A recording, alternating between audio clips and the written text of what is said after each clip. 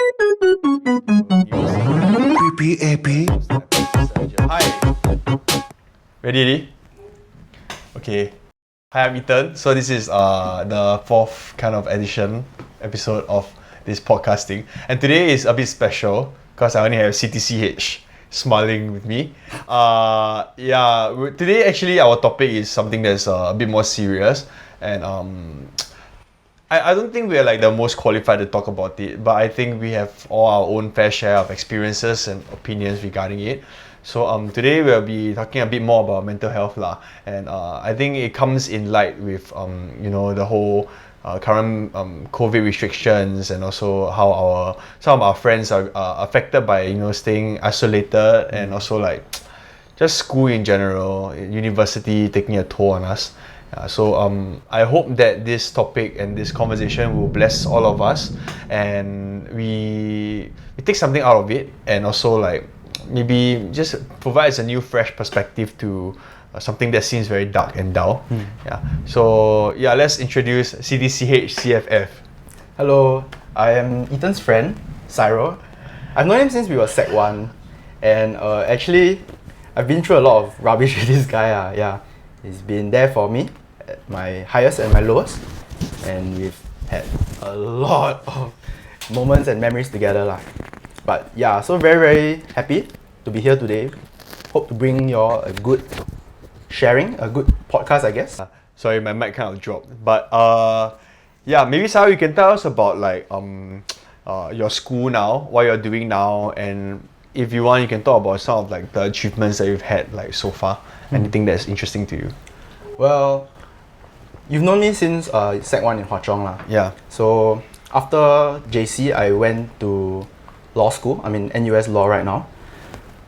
Year 1, because I just finished NS, even though I don't really look like I just went through NS. So in NS, I was actually in SPF. I was in police force doing riot police. Yeah, it was actually a very, very interesting experience. I saw a lot of things with regards to how the government services run, I guess. It's quite eye-opening. Yeah, but that was in the past. I don't really like to dwell on NS, so I dwell on what I'm doing nowadays. So now I'm in law school, year 1. It's been quite a very eye-opening experience because I've always wanted to be challenged academically and with regards to my perspectives. And law school is a very, very amazing place to do that because everybody around me has very strong opinions and very, very good understandings of the things that they read and the things they understand. So I really have learned a lot from people. Yeah. So I asked this because like law school, and for me I'm in med school, and like it's not really to flex or like show that I know we're smarter than other people. But definitely. I think the reality is that it's not just here, but in wherever that we're in, there's this very deep-seated, deep-rooted kind of competitive spirit and nature that kind of governs how education is run, at least in Singapore lah, from my experiences lah. And knowing that like we're both in a very competitive course, and knowing that we all have our own struggles with this, and knowing you since like secondary 1, like I thought it'd be a nice topic to talk about like mental health and like how we deal with like times when we're down, and especially now this being amplified by COVID lah.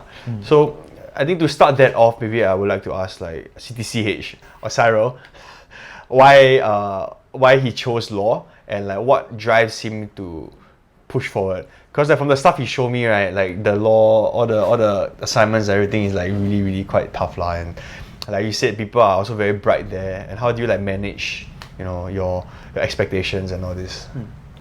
Well, for myself, I'm a very strong writer. I would like to be frank about it. I generally excel best at writing.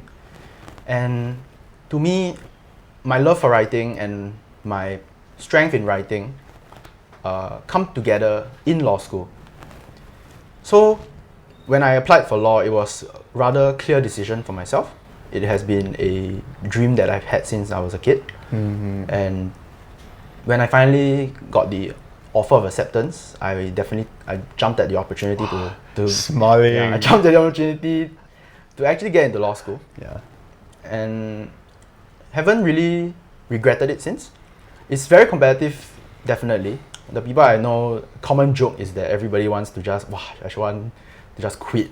But people usually say that in jest, 'cause nobody wants to give up their dreams. But it is true that not everybody in law school wants to be there. Yeah, because how should I put this? The decision to be in law school is, for some people, primarily motivated by this sense of prestige that law school is. It's a very Singaporean thing. They look at medicine, they look at lawyers, they look at engineers, and they think, wow, this is the future that my son, my daughter should pursue. For me, it wasn't like that. It wasn't about the money.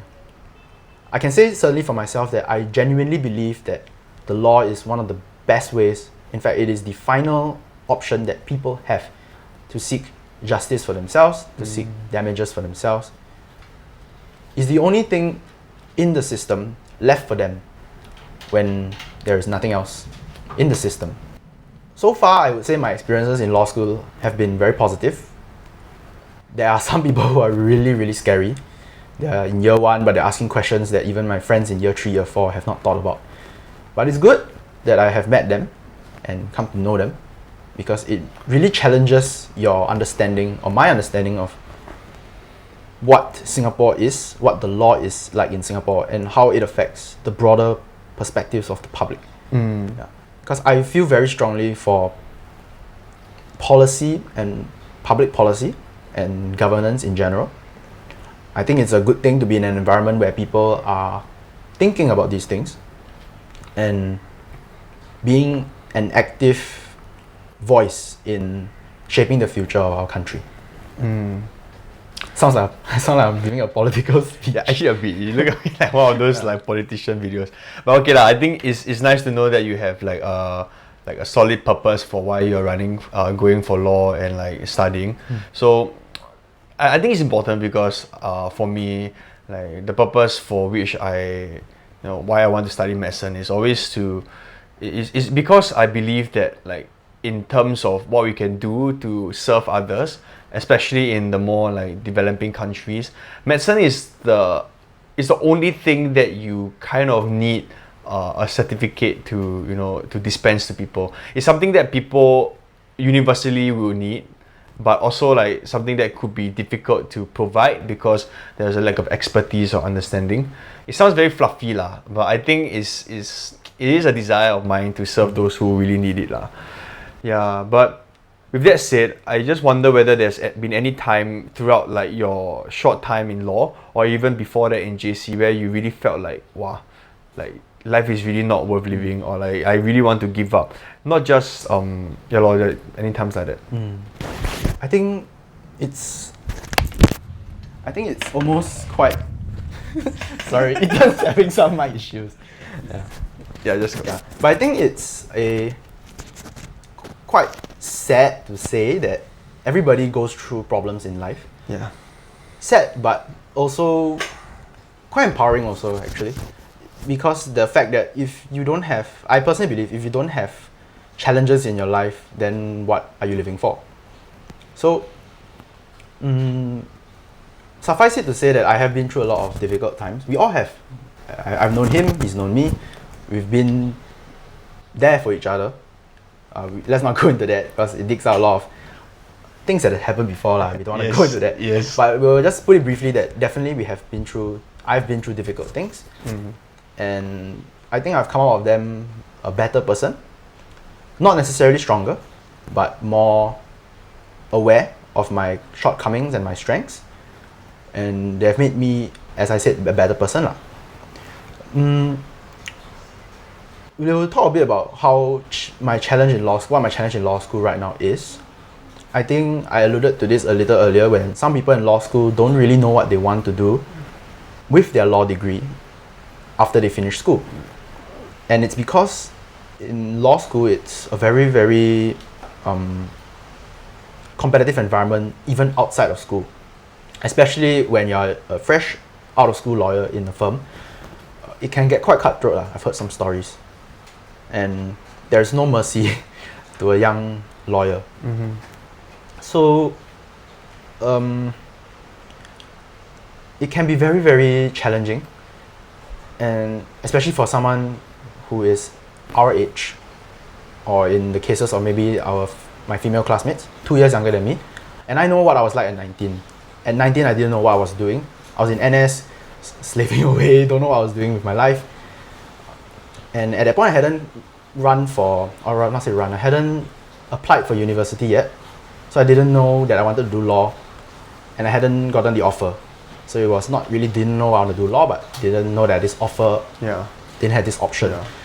So imagine someone in that position, but without the time that NS has given me to make the decision. Mm-hmm. And now they feel stuck. They're in a position that they don't know whether they want to do in the future. And it comes and challenges them because they're caught in a bind. It's a good cause, but they don't know whether they want to do it. So some of my female classmates don't really have the luxury of making the choice or having time to make that choice. So plus the environment where everybody seems to, on the outside, look like they know what they want and don't show weakness. It can be very stressful for people who are very unsure whether they already want to be there.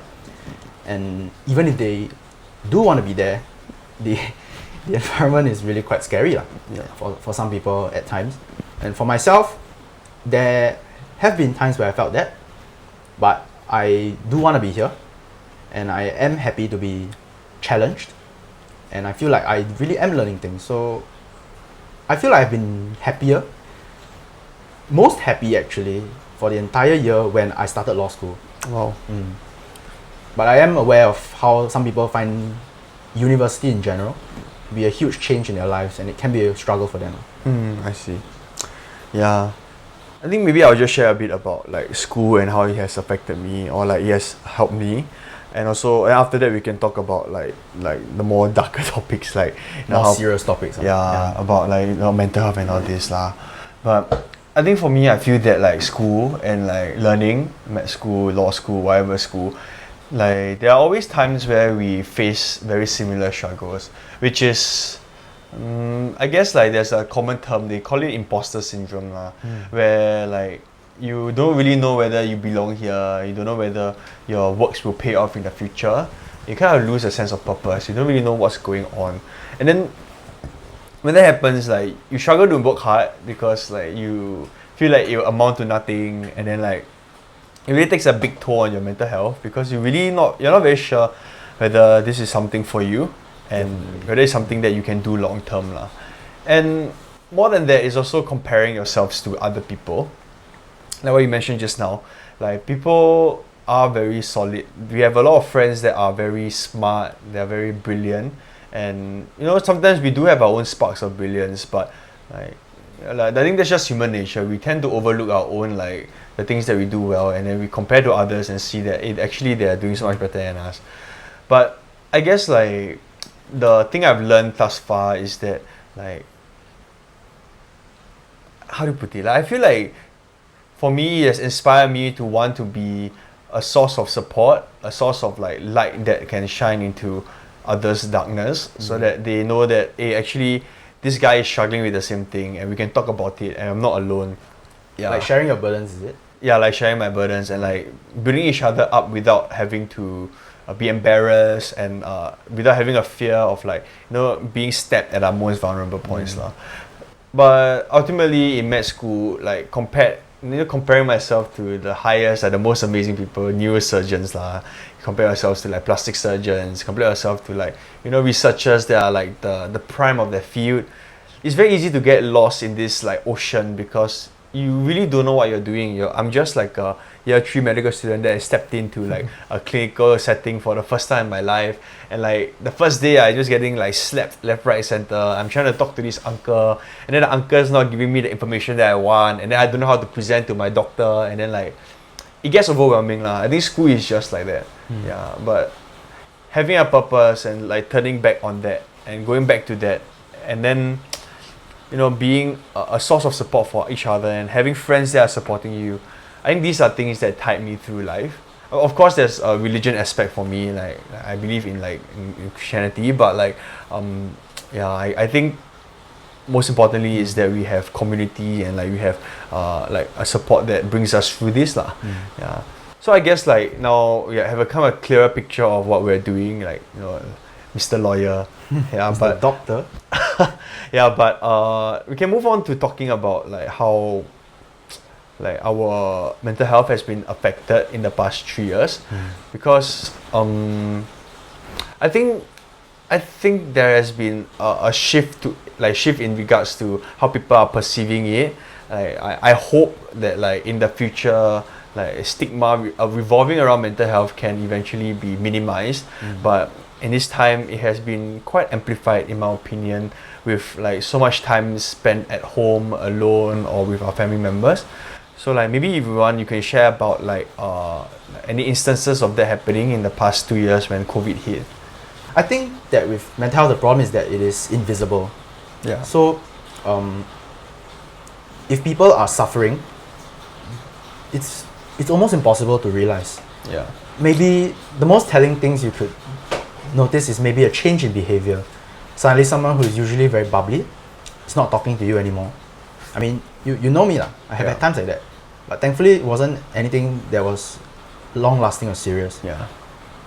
But definitely, it is a very difficult thing to be able to tell because there is no physical signs that somebody is suffering from any mental health issues or struggles. I myself, I had a friend.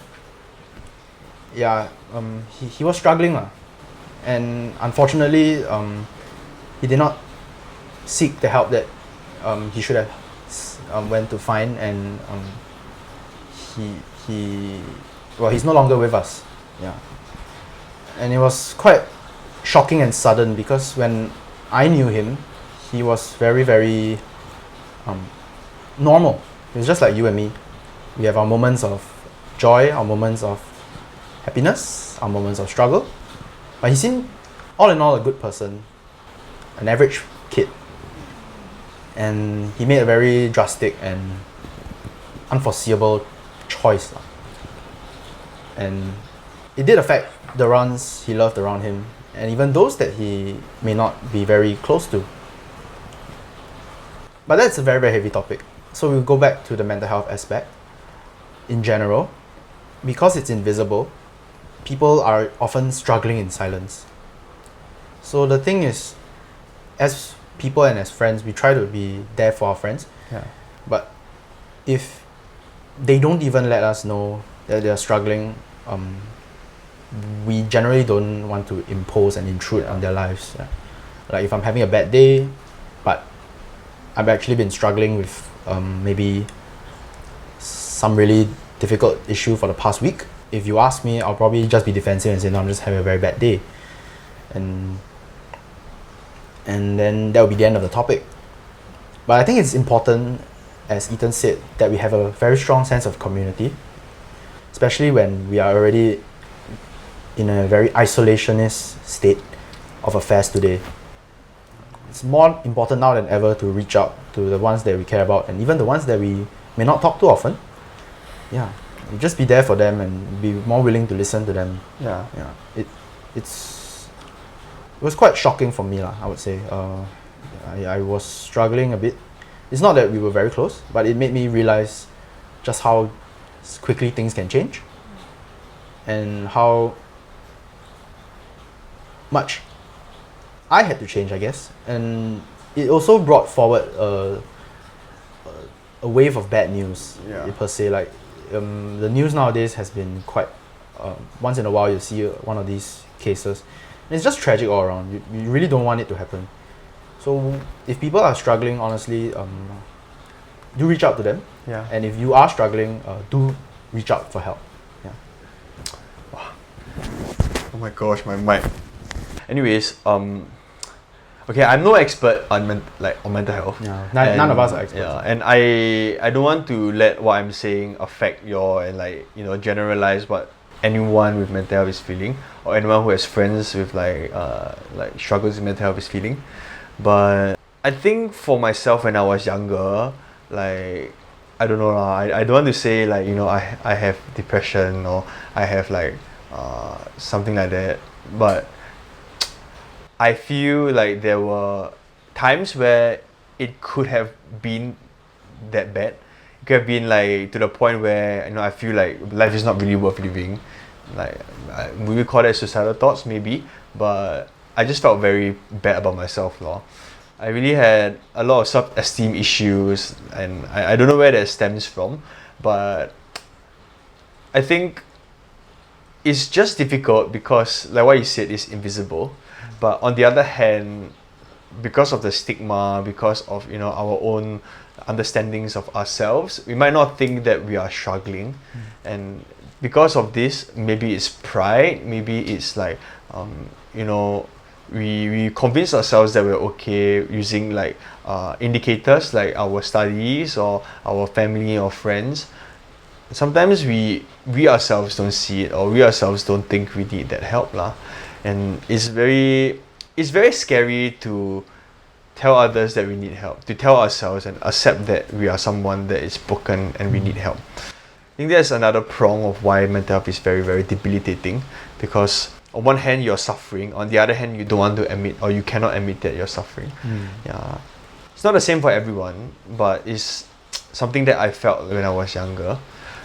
And to just add on to what Sarah mentioned, I feel like this the idea of mental health is it's not just about clinical diagnosis of, you know, major depressive disorder or bipolar disorder. I think it's a very wide spectrum of like feelings and emotions that we have on a day-to-day basis. And you know, like there's always some jokes that say like, oh, why you sad, just be happy lah and everything will be okay. But as I grow older and as we see more of the world, it really does feel like there are a lot of situations where it seems impossible to fix on our own. Like the scale of things it's just outrageous. It's really insane. And sometimes it just feels very hopeless lah.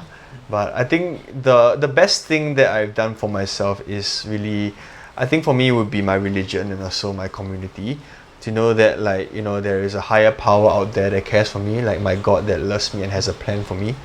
But also people around me that I can trust to tell them anything, and I know that they won't judge me. I think these two things help me the most lah. Sorry if I'm repeating myself, but I think this is a very important like point to like push forward. So yeah.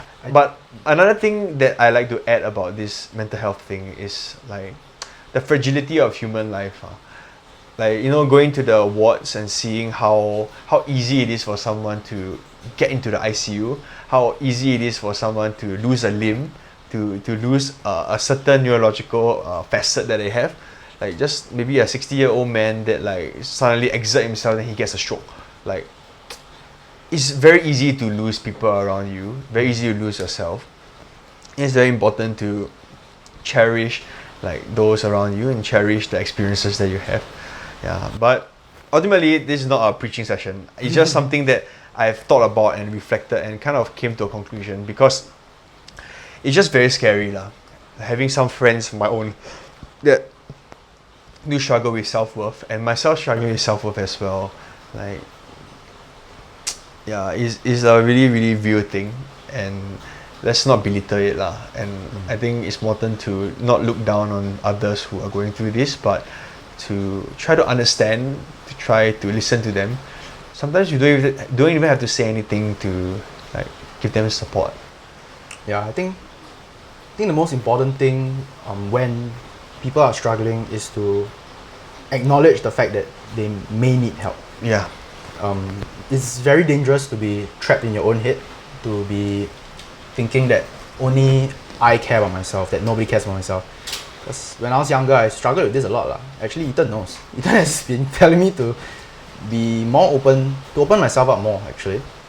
Because when I was younger, I was really, really go it alone kind of guy. And it didn't help me, definitely. I was struggling so much and I refused to ask for help. In retrospect, it was thankfully nothing serious. Nothing major happened out of it. It helped me grow as a person also. So the important line, I think, is that if you need help, first acknowledge that people are willing to help you. It doesn't have to be professional, even just a close friend, or doesn't even have to be a close friend, somebody to listen to your problems. But if you really do need help, we strongly encourage you to seek it. This is a very, very difficult time, and it looks like things are going to get worse before they get better. So, not to preach, not to preach, but do look out for each other lah. Do look out for your friends. Do look out for your family. And if you feel like you are alone, go and find some assistance with it. There are a lot of problems with life in general. But I think it's a great thing that I have friends like Ethan that I can talk to openly about these things. And this has been a topic that I've actually been bugging him about for quite a while, ever since what happened lah. Yeah. I've been meaning to talk about it, and it hit me really, really strongly. So that's why we're here today. Yeah, I think it's so nice to have people in my life like you and my other friends that are willing to come and talk to me about these things. And yes, it's recorded. Maybe it's premeditated. Okay, it's not. But I think it's just nice to have an open space where everyone can talk to me and I can talk to them and we can hear each other's voices. And yeah, I think it's nice that we recognize that there is a real issue in mental health, and that like now with COVID, it makes it even worse lah. Yeah. And I think like trying to find purpose in what we're doing is really one of the biggest like challenges in life. You know, they all talk about midlife crisis, kind of stuff. It's quite scary lah. We're 21 years old, but I think it's just important for me. I think it's important for me to let you know that, you know, I myself have my own struggles also, or like, you know, how like, going through adulthood or like reaching there soon. Like my birthday is in a month. Yeah, like he needs a present, guys. No. but like, you know, there's so many things that we don't know, and it's damn scary. You know, like my dad, my mom, they probably know about how to pay taxes, they know how to set up shop, how to travel overseas, how to iron clothes, how to sew clothes. I don't know anything, man, and like it's really very scary lah. Okay, maybe I know like the approach to how to treat gallbladder stones. Not that I even know how to do anything. It's just I know the words to say when people ask me questions, but I don't know how to do much, and it scares me lah.